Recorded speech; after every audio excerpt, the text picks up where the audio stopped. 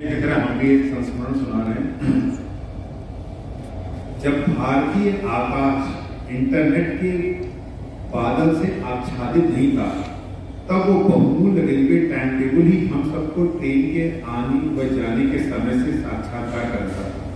कहीं भी जाना हो तो सबसे पहले ट्रेन का टाइम टेबल की खोज हुआ करती थी, और वो व्यक्ति, वो घर जहां पर वो टाइम टेबल वो भी पौराणिक ग्रंथ पाया जाता था, उसकी महत्ता उस समय चरम पर होती थी।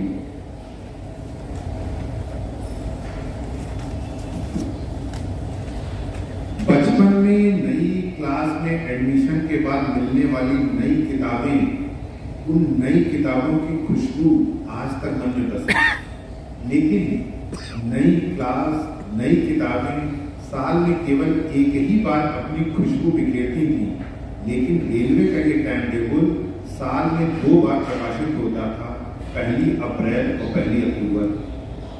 टाइम टेबल के मुख्य पृष्ठ पर एक बेहद खूबसूरत जगह से गुजरती हुई ट्रेन की फोटो हुआ करती थी। नया टाइम टेबल, जो कि सिर्फ विलियम्स के बुक स्टॉल पर ही उपलब्ध होता था, उसकी नई प्रति प्राप्त करने के लिए कई चक्कर लगाने पड़ते थे, क्योंकि वो स्टॉल पर आगे ही बिक जाया करता था। कई बार स्टेशन जाने के बाद जब वो मिलता था, तो उस उपलब्धि की खुशी को शब्दों में बयां करना किया नहीं जा सकता।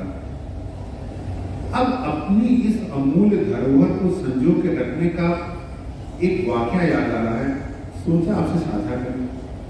बात ऐसे ही एक शाम हमारे दूर के रिश्तेदार के पुत्र, जो कि किसी प्रतियोगी परीक्षा के सिलसिले में घर आए थे, अपनी परीक्षा देने के उपरांत उनको अपने गंतव्य वापस जाना था, और रात्रि के भोजन के उपरांत हम सबसे विदा लेकर वो चले गए।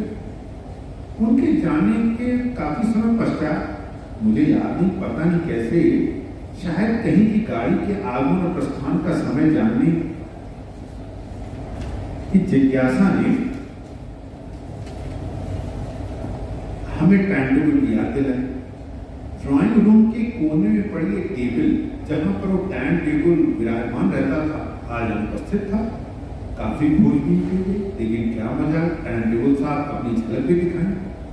थक हार के निराश होकर बैठे ही थे, तब याद आया कि वो परीक्षार्थी जो अभी कुछ दिन पहले ही भोजनोपरांत विदा लेके गए हैं, जाने से पूर्व काफी देर तक टाइम टेबल को अपने हाथों से लेकर विभिन्न पृष्ठों को निहार रहे थे।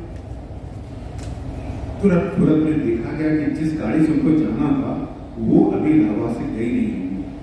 क्योंकि घर से स्टेशन पास था, 5 मिनट पश्चात मैं स्टेशन पे था। पुलिस से पूछकर प्लेटफॉर्म नंबर 2 पे खड़ी इटारसी पैसेंजर पर पहुंच के उस परीक्षार्थी की खोज प्रारंभ करी। गर्मी की शाम, बिना लाइट और पंखे के खचाखच भरे गाड़ी के डब्बे, जनरल डब्बे में अंदर जाकर उनको ढूंढना असंभव था। सो खिड़की से ही नाम पुकारना शुरू किया। इंजन से लेकर गार्ड के डब्बे तक की एक यात्रा बिना किसी सकारात्मक प्रतिफल के गुजरी, मन उदास था। सोचा एक और प्रयास किया जाए। हमारे मन की व्यग्रता को भांपते हुए ट्रेन में बैठे यात्रियों ने, जो कि बिना लाइट और पंखे के थे, हमारे सुर में सुर मिलाकर उसका नाम पुकारना शुरू किया। जैसे ही हम दूसरे कोच में पहुंच के नाम बुलाते, पूरे डब्बे से संवेश्वर में उसका नाम प्रसारित हो गया। यात्रियों का यह अप्रत्याशित सहयोग ने हमारी निराशा को काफी कम कर दिया। मेहनत रंग लाई, एक डब्बे के गेट पर वाके खड़े हो गए, शायद हमको देख लिया होगा। हमारे द्वारा पूछे जाने पर उन्होंने अपनी सीट से लाकर वो टाइम टेबल हमें हस्तांतरित कर दिया। उस टाइम टेबल को पुनः पाकर मेरी खुशी का ठिकाना न रहा, और एक पुरस्कृत उपहार की भांति अपने दोनों हाथों से निहारते हुआ वापस घर आ गए।